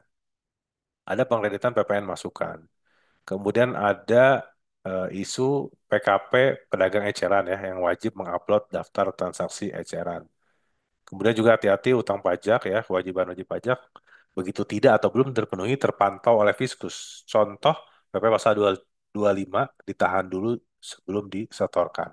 Ya, ini banyak terjadi ketika perusahaan kita dalam tahun berjalan itu omsetnya menurun sehingga setoran PPh 25-nya harusnya turun ya. Kalau harusnya tidak di-store dulu kenapa? Karena khawatir lebih bayar. Kalau lebih bayar berarti prioritas diperiksa. Ya, jadi ya saran kita sih sebagai konsultan bisa aja nggak usah dibayarkan dulu, tapi ada risikonya kena STP atau ditegur oleh AR-nya untuk distorkan PPh pasal 25-nya. Oke, next. Kemudian pengurang PPh 25, kemudian ada lagi benchmarking ya, internal perbandingan dari tahun ke tahun. Kemudian gross profit margin. Jadi orang pajak juga kadang-kadang membandingkan ya laporan keuangan tahun sebelumnya dan tahun sekarang. Itu kira-kira marginnya itu naiknya secara signifikan, biayanya naiknya signifikan atau enggak, itu akan dilakukan perbandingan. Ketika perbandingan tidak wajar, maka akan dilakukan konfirmasi kepada wajib pajak. Jadi makanya membuat laporan keuangan itu harus dengan hati-hati dan dilakukan perbandingan antara tahun sebelumnya dengan tahun yang sekarang. Sehingga tidak menimbulkan pertanyaan di kemudian hari dari kantor pajak. Next. Nah, di aplikasi Cortex juga itu ada layanan edukasi, layanan interaktif, dan layanan administratif. Ya, wah ini cukup banyak nih berarti fiturnya. Next, mungkin nanti ada kelas pajak dan lain sebagainya. Nah, ini ada reservasi kelas pajak, benar permohonan edukasi dan materi edukasi. Nah, seperti materi-materi ini yang disampaikan ya nanti semua ada di sistem Cortex ya. Next, interaktif. Next, silahkan. Nah, ini next. Jadi ini nanti bisa di next aja. Oke. Layanan wajib pajak ya, ada portal wajib pajak untuk pengajuan layanan administratif melalui portal wajib pajak yang terdapat proses otentifikasi akses melalui akun portal WP, sertifikasi elektronik, dan e-kuasa. Nah, itu otentifikasi sih seperti contohnya ibu saya dapat pensiunan gitu ya. Itu untuk mencairkan pensiunan, dia tiap bulan harus otentifikasi ya dari wajahnya gitu. Seperti kita buat rekening baru di bank, nah itu untuk pencairan pensiunan ya harus ada otentifikasi. Mungkin begitupun dengan ini gitu, dengan Cortex ini gitu ya. Next. Ruang lingkup, ikhtisar profil, wajib pajak, buku besar, wajib pajak. Nah, buku besar di sini bukan buku besar yang teman-teman kalau bagian accounting itu ada apa namanya jurnal debit kredit gitu ya, biayanya berapa, income-nya berapa itu bukan maksud seperti pembukuan akuntansi, tapi buku besar itu adalah histori kita bertransaksi, misalkan menggunakan deposit, ini dibayar untuk apa, kita mau melakukan pembayaran apa, nah itu tercermin dalam buku besar. Memang ini kalimatnya agak ambigu nih ya, jadi agak menakutkan juga. Oh, buku besarnya tiba-tiba udah tercermin di Cortex itu, tapi ini lebih ke histori transaksi apa yang dilakukan oleh wajib pajak dalam portal ini atau dalam aplikasi ini gitu. Next. Nah, ini ya eh, dalam bahasa Inggrisnya My General Ledger. Jadi next. Nah, ini My General Ledger sebelumnya tadi sebelumnya lagi. Nah, nah, di sini jadi tanggal 2022 bulan Oktober, bulan Agustus. Nah, ini kita eh, ada melakukan adjustment, terus ada tax notice. Nah, ini adalah rincian dari buku besar ya. Jadi transaksi apa saja yang sudah dilakukan melalui aplikasi ini semua akan terrecord di My General Ledger. Next. Nah, ini seperti pergerakannya ya. Debitnya ada 24 juta, kemudian kreditnya 13 juta. Nah, ini semua akan tercermin dalam buku besar tadi atau General Ledger. Next. Nah, penagihan pajak, persiapan penagihan ya. Intinya sih kalau penagihan itu ketika kita terlambat melaporkan SPT, terlambat setor, itu pasti akan ada STP.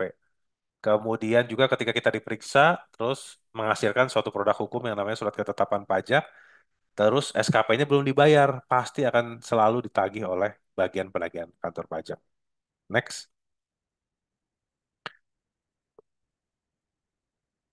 Nah, ini manajemen tunggakan pajak ini terkait dengan pengelolaan data utang pajak ya. Kalau tagihan pajaknya sudah jadi SKP terus nggak dibayar-bayar, itu aset kita nanti bisa diseta terus kemudian dilelang.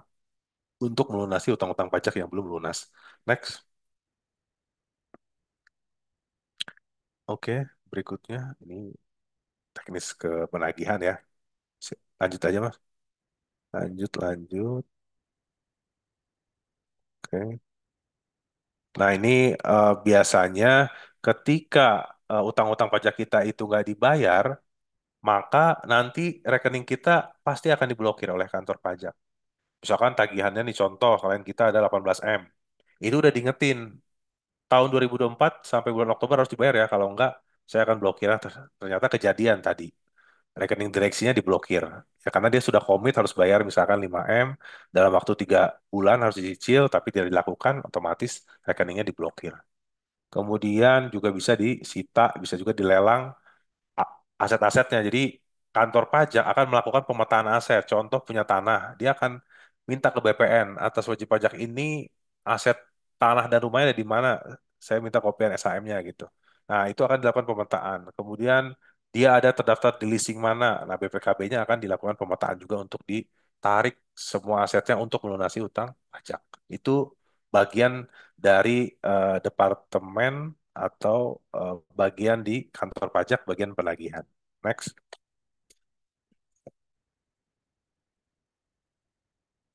Pemeriksaan bukper, saya rasa nggak perlu dibahas ya. Ini bukper itu mungkin pengetahuan sedikit aja. Pemeriksaan bukper ini adalah pemeriksaan yang ada indikasi tindak pidana perpajakan.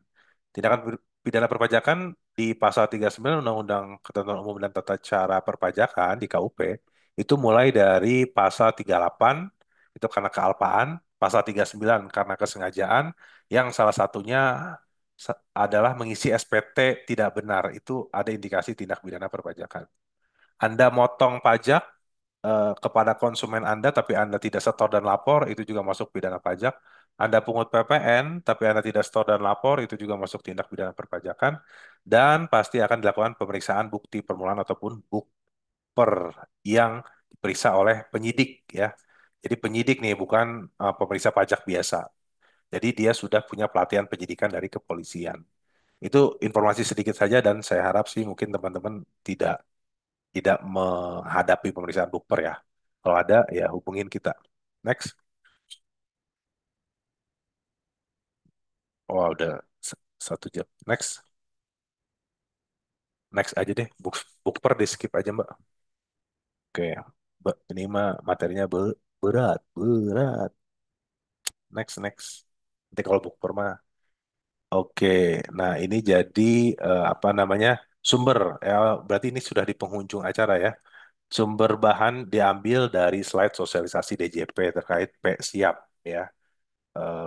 Sebagian besar dan resume informasi dari berbagai media yang diolah. Oke, saya akhiri dengan pantun Irian Bumi Cendrawasih. Nah, biasanya ada cakep gitu ya, Teh Ayu ya. Cakep. Sok Pak Nah, dilanjut. cukup sekian dan terima kasih dengan prinsip rela berbagi, ikhlas memberi ya. Makin kaya, makin takwa. Billahi taufiq wal hidayah. Wassalamualaikum warahmatullahi wabarakatuh. Terima Waalaikumsalam. kasih kepada Bapak Hijrah atas materi yang tadi disampaikan dengan sangat jelas dan detail ya teman-teman semua. Tadi dari materi per materi sangat untuk dijelaskan untuk bisa kita simak semua. Penjelasan tentang CTAS tadi yang merupakan suatu hal yang baru ya di dunia pajak tadi itu juga disampaikan berbagai macam fitur atau fungsi yang baru yang bisa dimanfaatkan di kemudian hari pada saat sudah diterapkan ya, dan pastinya juga akan sangat relevan juga untuk kita implementasikan di kemudian hari. Harapannya semoga apa yang sudah kita pelajari malam hari ini bisa kita manfaatkan dan mampu kita implementasikan dengan baik seperti itu. Oke, teman-teman, sepertinya sudah sangat banyak nih antusias teman-teman semua ya dari kurang lebih 400 peserta yang hadir sudah ingin banyak hal yang ditanyakan ya pada sesi kali ini. Tapi sebelum itu kita akan coba simak salah satu video dulu yang nantinya baru kita lanjutkan pada sesi tanya jawab. Oke, mari kita sama-sama saksikan video tersebut.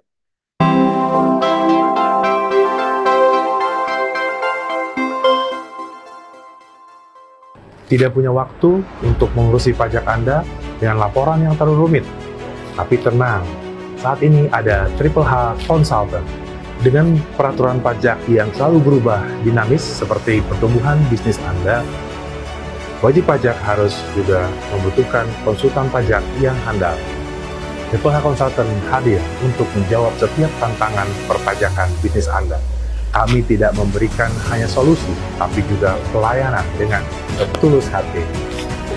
Selama 7 tahun terakhir, kami telah memberikan kontribusi nyata bagi penerimaan negara, mulai dari skala UMKM, perusahaan multinasional, penanaman modal asing, hingga ekspatriat dari berbagai belahan negara, seperti Singapura, Inggris, dan Belanda.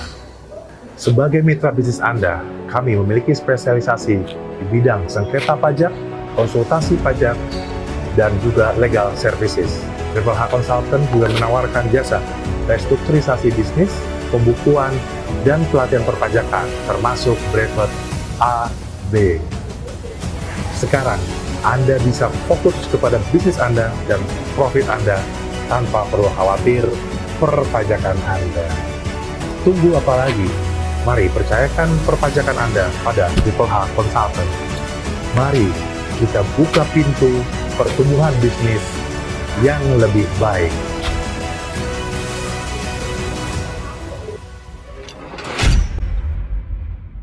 Itu tadi ya poin-poin yang sudah disampaikan dari video yang kita simak bersama.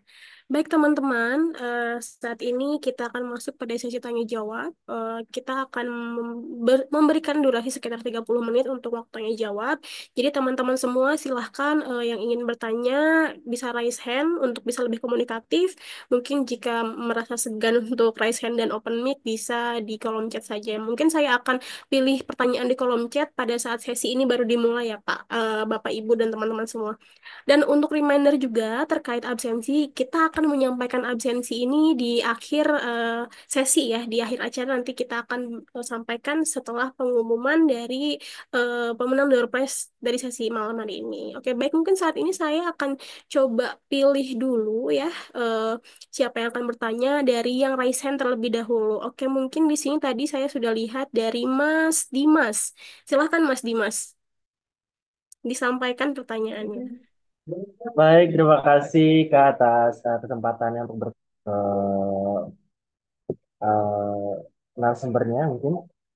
Ya, jadi saya sewaktu di kampung itu saya sering sekali membantu orang-orang membuat kartu NPWP bagi para penduduk yang ingin membutuhkan gitu kan. Nah, saya sering membuat dan saya bingung setelah saya buat secara online itu kartunya kok tidak didapatkan gitu. Apakah memang sebenarnya itu dikeluarkan namun memang melalui pihak-pihak tertentu seperti mungkin di bidang kecamatan atau pihak dinas segala macam ya mungkin. Nah, kemudian setelah saya sendiri buat di Jakarta itu saya kaget aja gitu kan tiba-tiba kartu itu sudah ada di depan rumah gitu. Ini sangat beda sekali. Memang apakah memang karena jauh kantor pajaknya atau memang apa kurang fasilitas dalam mengambil kartu tersebut gitu di kantor pajaknya gitu. Terima kasih Pak. Nah, Oke, terima kasih Mas Dimas. Dari dari daerah mana Mas Dimas? Dari kota apa yang biasanya dibantu di daerah mana tuh yang saya dibantu dari NPWP? Lampung Pak. Sekarang saya Oh, di Lampung. Lampungnya di mana? Lampungnya Lampung Timur. Timur ya, oke. Dimas dari Lampung ya. Eh, Memang kan pendaftaran NPWP Mas Dimas sudah lakukan menggunakan IREK ya. Nah, IREK itu ya pastikan alamatnya jelas, terjangkau juga nanti sama kantor pos dan kartu fisiknya itu dikirim ke alamat sesuai dengan pendaftaran dalam jangka waktu 1 bulan atau 30 hari. Jika dalam waktu tersebut terlewati dan belum diterima, ya maka atas dasar nanti screenshotan Mas yang sudah daftar ya berhasil dapat NPWP-nya kan NPWP PDF dulu kan sebelumnya.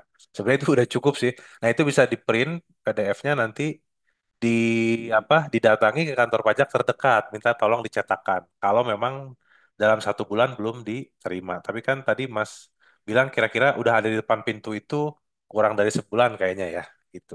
Jadi semuanya akan dikirim ke alamat sesuai dengan pendaftaran awal di apa IREX gitu ya, IREX gitu. Gitu deh.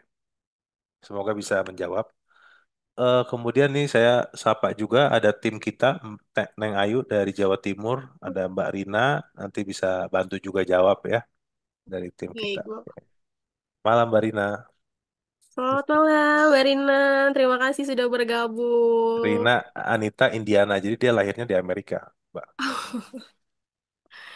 Oke, baik. Semoga sudah menjawab ya, Mas Dimas, dari Ya. pertanyaannya tadi. Oke, kita lanjutkan pertanyaan selanjutnya. Saya akan pilih dari kolom chat ya. Di sini ada pertanyaan, akan saya coba bantu bacakan, Pak. Jadi pertanyaannya ini Mm-mm. dari Mas Muhammad Meizian.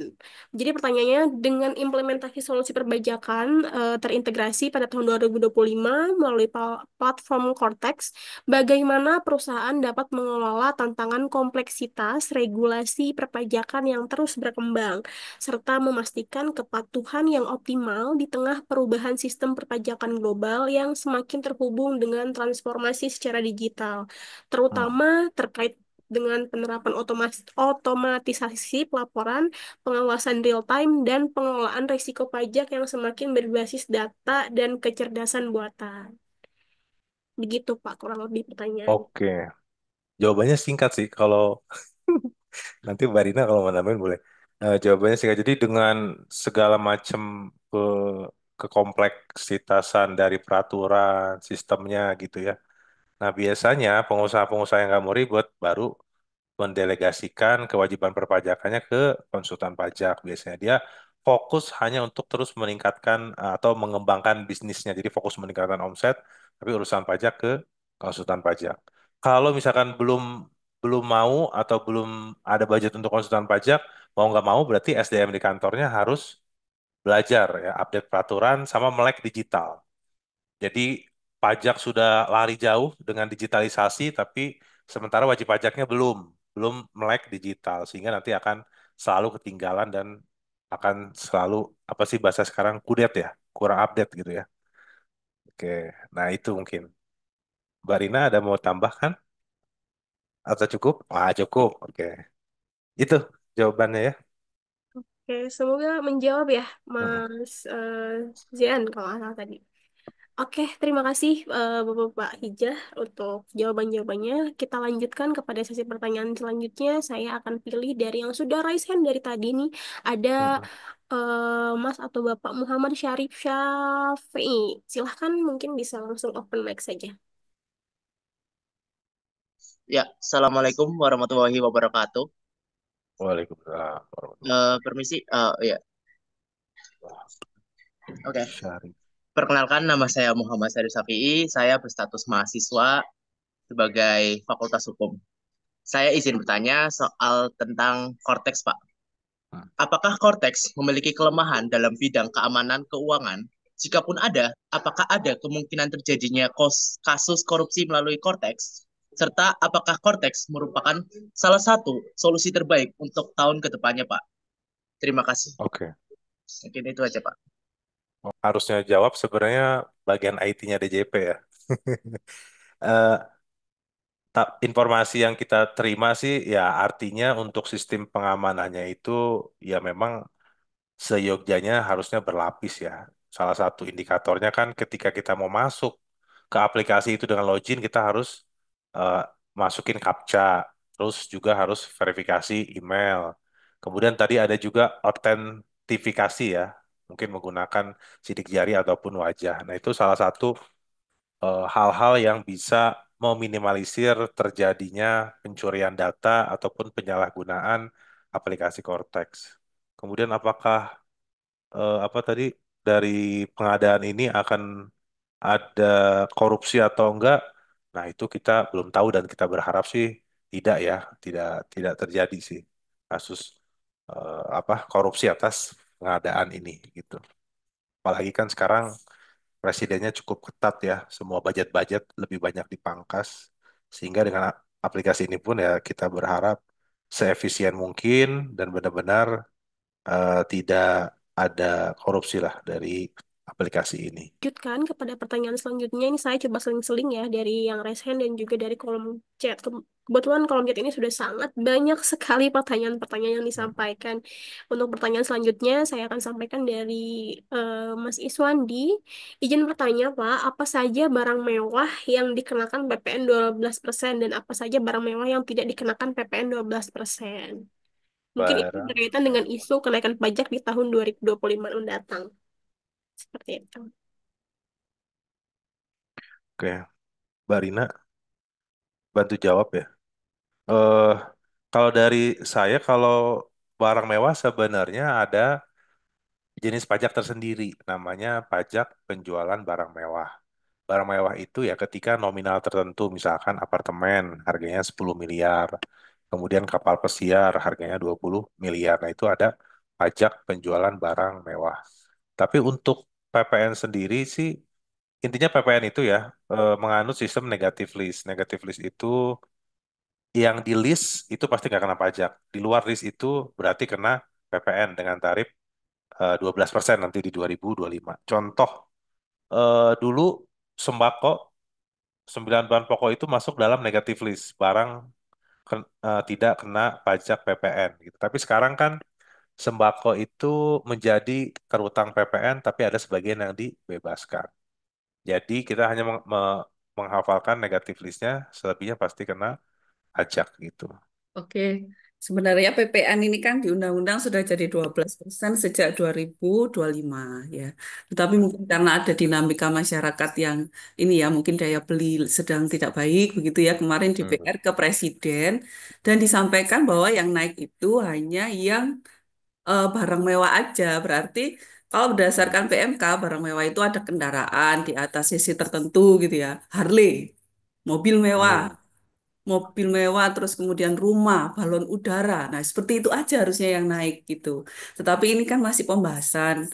Kalau begitu berarti kan PPN akan ada dua tarif, yaitu barang normal adalah tetap 11, kemudian barang mewah menjadi 12. Nah, itu memang belum pernah terjadi ya di kita bahwa ada dua tarif seperti itu.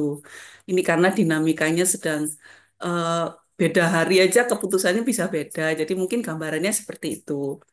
Kalau PPN hanya untuk PPN yang naik 12% hanya untuk barang cuma mobil mewah, motor mewah itu. Ada PMK yang mengatur itu dan barangnya tidak banyak. Seperti itu mungkin Kak Kak Ayu. Sudah terjawab. Baik, selanjutnya kita akan lanjutkan pertanyaan berikutnya. Saya akan coba berikan kesempatan kepada Mbak Tia Mustika yang sudah raise hand. Dipersilahkan bisa open mic untuk bertanya. Ya, terima saya Tia dari Medan. Ya, Izin Pak, malam. domisili WP yang sekarang kan berbeda dengan alamat di NPWP. Apakah nanti sejak berlakunya Cortex itu untuk faktur pajak keluaran yang diterbitkan bisa dianggap tidak sah nggak ya Pak? Jawaban saya pertama, ya kalau alamatnya berbeda, mungkin nanti akan ada perubahan data. Kira-kira alamat yang benarnya yang mana, sehingga ke depannya ya memang sudah menggunakan alamat yang sebenarnya gitu. Nah, eh, bisa saja sih itu dianggap sebagai kalau misalkan nanti beda ya, bisa saja mungkin dianggap sebagai faktur pajak cacat, sehingga mungkin nanti tidak bisa dilakukan pengkreditan pajak masukan. Nah, sebelum itu terjadi, ya saya sarankan merubah data, dan di Cortex itu kan tadi ada fitur merubah data ya, salah satunya tadi alamat. Mungkin saran saya sih itu. Dari Barina ada tambahan, Mbak? Eh, Sama dengan yang disampaikan Pak Ijra tadi ya. Jadi memang ada kemudahan di Cortex untuk mengganti alamat. Jadi karena tidak harus ke KPP, mungkin kita tidak ada kesulitan ya untuk merubah alamat. Itu satu. Terus yang kedua bahwa nanti kalau kita membuat faktur pajak keluaran, kita masukkan NPWP, data sudah keluar gitu. Nama dan Hmm. alamat itu otomatis keluar sendiri gitu. Hmm. Jadi kalau misalnya sudah keluar otomatis ya seharusnya data itu sudah kita benerin sendiri gitu. Jadi kalau dulu kan kita masih input nih alamat, kalau nanti eh, lawan transaksi kita Sudah cek, otomatis ya ya. yang lainnya muncul sendiri gitu. Dengan begitu ya sebaiknya di anu. disesuaikan aja. Karena kan memang tidak perlu ke KPP, langsung dari rumah bisa menyesuaikan. Melanjutkan kepada pertanyaan berikutnya, saya akan pilih dari kolom chat. Ini dari, coba saya gabungkan pertanyaannya dari Mbak Yeni dan Mbak Elena. Ya, ini terkait eh, pertanyaan apakah untuk template impor PPN dan PPH itu sudah ada, dan terkait kolom deposit pada Cortex itu hanya fasilitas saja atau jumlahnya wajib diisi bagi seluruh wajib pajak. Kalau ini karena teknis ya, saya belum bisa jawab nih. Biasanya Mbak Rina lebih tahu nih kalau teknis. Coba. Ah, ke CSV sudah ada di Pajak ID sudah ada CSV yang bisa di apa dicoba gitu ya buka. Tapi memang dia konsepnya XML ya, bukan CSV. Jadi memang kita Oh, XL. ya apa ya XML. Jadi mungkin hal yang baru kita saya juga belum nyoba ya. Kalau CSV mungkin lebih mudah. Tapi akan ada konverternya dari DJB dari Excel menjadi XML gitu. Tetapi template itu sudah ada. Nanti kalau go live harusnya kita mudah karena dari Excel nanti sudah ada konverternya untuk ke XML. Terus kemudian untuk yang deposit, eh, apakah kita wajib deposit begitu kah maksudnya? Kalau wajib deposit sih tidak ya, cuma agak tricky itu karena timelinenya setor maksimal tanggal 15, tetapi lapor maksimal tanggal 20. Tetapi sekarang metodenya adalah membuat SPT dulu baru bisa lapor. Kan kesulitan kalau begitu ya. Jadi mungkin bikin deposit maksimal tanggal 15, nanti lapor di tanggal 20, tarik itu deposit untuk dipakai. Karena kalau setornya di tanggal 20 kan jadi telat. Setorannya jadi telat. Kalau lapornya tanggal 15, kemungkinan besar kita belum selesai. Karena urutannya membuat SPT dulu, baru klik lapor. Di konteks seperti itu.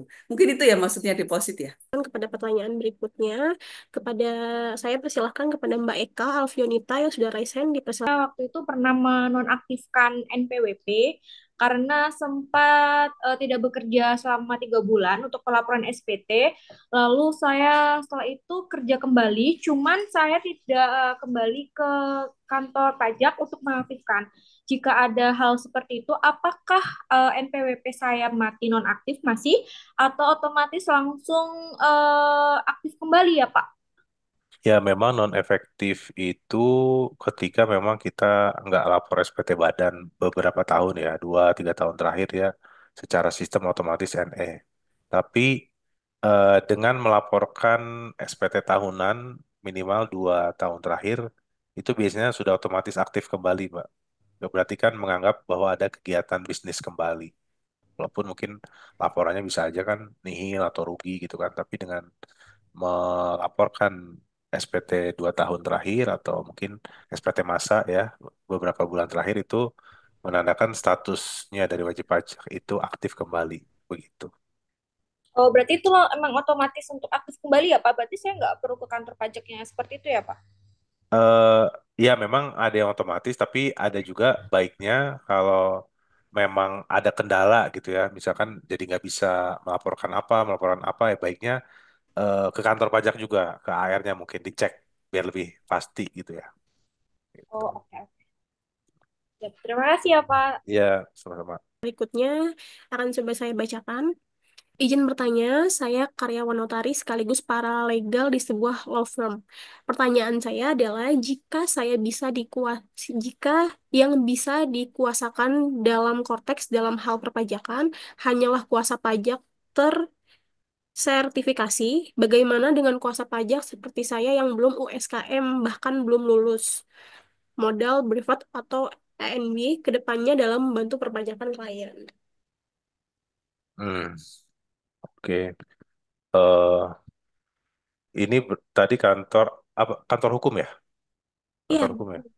law firm. Oke. Ya memang baiknya silahkan aja dilanjutkan sertifikasinya karena ikut ujiannya memang maksudnya tidak mudah ya karena banyak sering sekali ngulang walaupun kita sudah pengalaman bertahun-tahun belum tentu langsung lulus ujian. Karena ini adalah bisnis kepercayaan ya sebenarnya dan keberuntungannya undang-undang konsultan pajak itu belum ada. Jadi kalau yang berpraktek atau mendampingi wajib pajak tetapi dia belum bersertifikasi itu belum ada punishment, belum ada denda. Sebagaimana mungkin undang-undang profesi lain ketika tidak didampingi oleh orang yang expert dan sertifikasi, maka ada dendanya tertentu ya, bukan ahlinya gitu kan.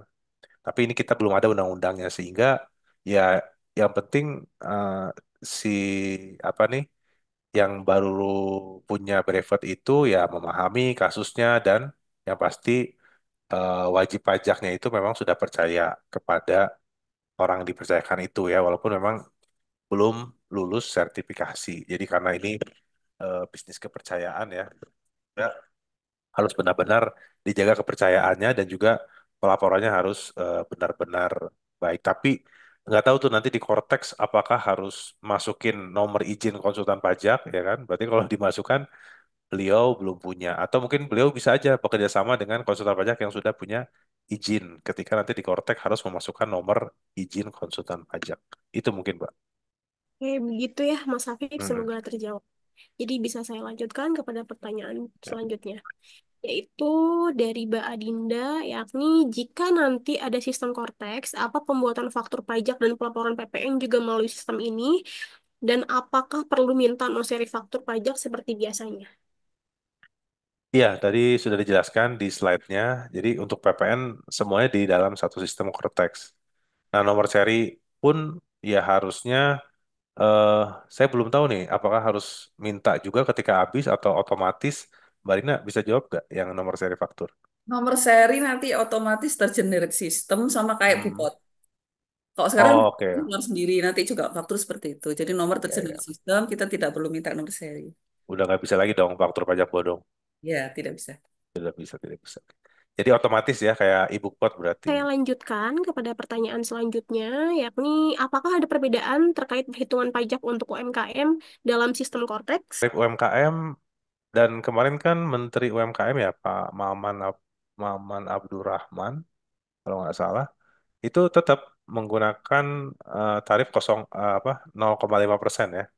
0,5% untuk setiap subjek pajak berbeda-beda PT misalkan 3 tahun fasilitasnya CV 4 tahun dan orang pribadi 7 tahun dengan penghasilan 500 juta pertama untuk orang pribadi itu bebas pajak itu. Jadi masih tetap dipertahankan untuk UMKM. Untuk pertanyaan terakhir, yaitu dua pertanyaan terakhir, yaitu jika sudah registrasi di Cortex, apakah data-data SPT tahunan yang sudah dilaporkan tahun-tahun sebelumnya akan muncul di Cortex? Itu untuk pertanyaan satu. Untuk selanjutnya, terkait eh, jika mau restitusi, apakah dananya akan masuk ke deposit atau masuk ke rekening perusahaan? Mungkin itu, Pak. eh yang itu yang pertama tadi saya nggak nangkap. Kalau yang restitusi, ya kan nanti ada pendaftaran rekening bank. Jadi ketika restitusi masuk ke rekening yang didaftarkan di Cortex, ya otomatis masuk ke rekening itu. Jadi ya yang penting yang terdaftar. Terus yang oke, Ya, seperti itu. sebelum Cortex pun seperti DJP online, tahun-tahun sebelumnya sudah pasti muncul. Apalagi ini yang sudah canggih, sepanjang kita submit ya SPT-nya, ibu potnya ataupun semua jenis fitur lain ketika sudah disubmit seharusnya bisa terrecord. Mulai kita submit di tahun misalkan 2024. Terus nanti 2026 kita mau ngecek laporan 24 harusnya dan logikanya mengikuti DJP online sih harusnya tetap muncul begitu. Yang penting kalau di marketplace kan sampai check out ya, sampai bayar, nah itu pasti ada historinya. Gitu. Hmm, Pelaksanaan 2024 ke bawah itu tetap di DJP online. Jadi oke. ini apa? Oh, di spread ya, dibagi ya. Iya, dia kalau ada pembetulan di situ tetap juga harus di DJP online. Lah, 2025 selanjutnya baru di Cortex. Cuma pertanyaannya misalnya ada faktur pajak yang ada nota retur di 2025, dia kan mengadres faktur yang di 2024. Nah, ini Cortex Mm-mm. apakah menarik data yang bisa dipanggil fakturnya itu? Katanya sih iya. Jadi inilah bisa dipanggil untuk saat tertentu, tapi kalau SPT tahunan gitu bertempatnya di DJP online. Kalau tahun 2024 ke bawah. Mungkin butuh waktu ya, di JP Online pun tetap dibuka karena untuk masalah filing tahun-tahun 2004 ke belakang, tapi mungkin di satu tahun tertentu ada titik di mana semua file lama bisa terintegrasi ke Cortex, harusnya seperti itu. Tapi emang itu butuh waktu dan butuh sistem yang besar lah, itu ya, untuk Dan memindahkan untuk DJP online data. nanti juga verifikasinya ke email ya. Setiap kali buka akan verifikasi ke email. Sebulan ini cuma ini aja ya. Cuma relaksasi nanti kemarin kan ada ini nih ada agak heboh karena pada saat akses DJP online diminta klik email atau email apa telepon verifikasi. Nah, itu 1 Januari kalau membuka DJP online akan seperti itu, selalu melihat di email. Masuk kemana itu tergantung pilihan kita. Jadi ada form yang harus kita isi, apakah berkenan masuk deposit ataukah masuk rekening. Nah, itu kita jawab. Ada pertanyaan di situ pada saat Ada pilihan. Baik, itu tadi di sesi tanya jawab kita dengan Pak Hijrah dan juga Mbak Rina yang sudah membantu memberikan tambahan-tambahan jawabannya. Dan terima kasih juga teman-teman semua yang sudah antusias. Tapi mohon maaf jika masih ada pertanyaan-pertanyaan yang nampaknya belum terjawab. Jadi mudah-mudahan ada kesempatan lain yang bisa eh, menjadi jawaban-jawaban dari pertanyaan-pertanyaan teman-teman semua. Oke, ada Bapak Hijrah untuk bisa memberikan closing statement kepada di dalam acara ini sebelum kita melanjutkan ke acara berikutnya. Dipersilahkan. Ya, terima kasih Bapak Ibu yang masih semangat ini 400 orang walaupun sudah larut malam. Eh, Closing statementnya mungkin dari saya, marilah kita mempelajari lagi lebih dalam Cortex, ya, agar kita bisa nanti implementasi 1 Januari 2025 ya. Jadi pajaknya sudah melek digital, maka kita wajib pajak juga perlu melek digital sehingga tidak akan tertinggal. Itu saja mungkin, Pak. Terima kasih closing statement-nya Bapak. Jadi teman-teman semua jika sudah ada imbauan untuk mengimplementasikan Cortex, jadi kita semua juga harus bisa sama-sama mengimplementasikannya karena mau bagaimanapun di era digital ini kita juga harus bisa menyesuaikan dengan era yang sedang berjalan seperti itu. Nah, baik teman-teman, untuk mendokumentasikan agenda yang malam hari ini, kita akan adakan sesi foto bersama terlebih dahulu supaya agenda malam ini bisa terdokumentasikan dengan baik, di mana peserta yang hadir juga mencapai 400 ya, tadi pada saat pertengahan acara masih 400 lebih. Sekarang mumpung masih banyak nih, jadi kita dokumentasikan untuk foto bersama terlebih dahulu. Akan dibantu oleh tim kakak operator, mungkin bisa dibantu. Oke, 10 kali ya, karena karena halaman-halamannya cukup banyak ya, dari 400 peserta lebih. Jadi mohon siapkan 10 gaya yang berbeda ya, teman-teman semua. Mohon bersabar. Oke, kita mulai sekarang. Untuk yang pertama, kita hitung. 1, 2, 3. Oke, baik. Untuk yang kedua, bisa disiapkan gaya terbaiknya ya. Saya coba hitung kembali. 1, 2, 3. Baik. Untuk halaman yang ketiga, saya hitung 1, 2, 3. Oke. Halaman keempat, 1, 2, 3. Baik. Selanjutnya, yang kelima, 1, 2, 3. Oke. Halaman keenam, 1, 2, 3. Oke, baik kita lanjutkan. Halaman selanjutnya, yaitu halaman ketujuh, 1, 2, 3. Oke, baik. Kita lanjutkan ke halaman yang 8. Saya coba hitung lagi. 1, 2, 3. Oke, baik. Selanjutnya halaman 9. 1, 2, 3. Oke, yang terakhir saya hitung 1, 2, 3. Oke, baik. Alhamdulillahirrahmanirrahim. Tadi kita semua sudah menyimak bersama terkait materi yang disampaikan oleh narasumber kita hari ini, yaitu Bapak Hijrah dan juga ditemani oleh rekannya, yakni Mbak Rina. Sebelum mengakhiri agenda kita hari ini, selanjutnya akan ada pemutaran video yang akan ditampilkan. Jadi harapannya kita bisa menyimak bersama video ini.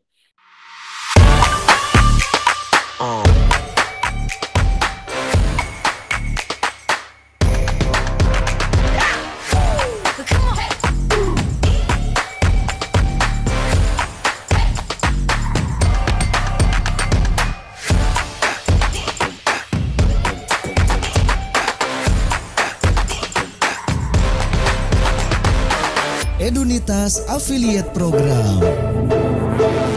Anda ingin punya penghasilan tak terbatas? Yuk bergabunglah dengan Edunitas Affiliate Program. Edunitas Affiliate Program adalah sebuah program yang dapat memberi kamu komisi tak terbatas untuk setiap mahasiswa yang mendaftar kuliah melalui link referralmu. Hanya dengan berbagi informasi, Anda bisa mendapatkan komisi. Komisi hingga jutaan rupiah atau tak terbatas. Mudah dilakukan dan gratis. Cukup dengan share link di media sosial kamu dan dapat dikerjakan dari mana saja. Buruan daftar menjadi afiliator Edunitas. Untuk pendaftaran, klik affiliate.edunitas.com. Edunitas, being successful is easy. Tadi sesuai yang disampaikan di awal ya, kita akan memberikan kesempatan kepada salah satu peserta yang ingin memberikan feedback secara keseluruhan dari agenda kita malam hari ini. Mungkin tadi dari yang sudah bertanya, kemudian pertanyaan yang belum terjawab, bisa nih saat ini mungkin memberikan feedback. Ada yang mau untuk menambahkan door prize tambahan? Kan dipersilakan kepada Mas Dimas kembali. Terima kasih kembali Kak atas semua kesempatan yang diberikan. Dan ya, saya ingin memberikan feedback dalam materi kali ini. Saya sangat merasa bahwa ini membantu sekali para pengusaha-pengusaha mungkin ya yang memiliki usaha-usaha banyak gitu, berpenghasilan banyak gitu kan. Sehingga eh, mereka lebih tahu tuh gimana sih kita kalau misalkan udah bayar pajak, kita harus ngelihat perubahan itu setiap tahunnya seperti apa gitu. Apalagi tahun 2025 ini kan memang banyak perubahan ya yang mungkin terjadi di perpajakan ini, sehingga banyak pertanyaan yang muncul dari para pengusaha atau ingin berpajak gitu, bayar pajaknya gimana gitu. Apakah ada perubahan yang lebih efisien? Apakah memang masih gitu-gitu aja? Highlightnya adalah memberikan banyak clue-clue baru yang bisa diterapkan di tahun berikutnya, yang mana bisa jadi acuan juga bagi yang belum tahu mungkin perubahan itu seperti apa gitu. Mungkin itu saja yang bisa saya sampaikan, Kak. Terima kasih. Feedbacknya cukup positif ya, terutama bagi materi kita malam hari ini. Nah, yang kita tunggu-tunggu juga mungkin terakhir ini sebelum mengakhiri, kita akan menyampaikan terkait 3 nama dari yang berhasil mendapatkan door prize pada malam hari ini dengan kategori 3 peserta yang aktif tadi ya. Oke, untuk yang pertama itu saya sebutkan dari Mas Dimas Abdi Prasetyo. Kemudian yang kedua yaitu Muhammad Meizen. Yang terakhir yaitu ada Mas Muhammad Syarif Syafi'i.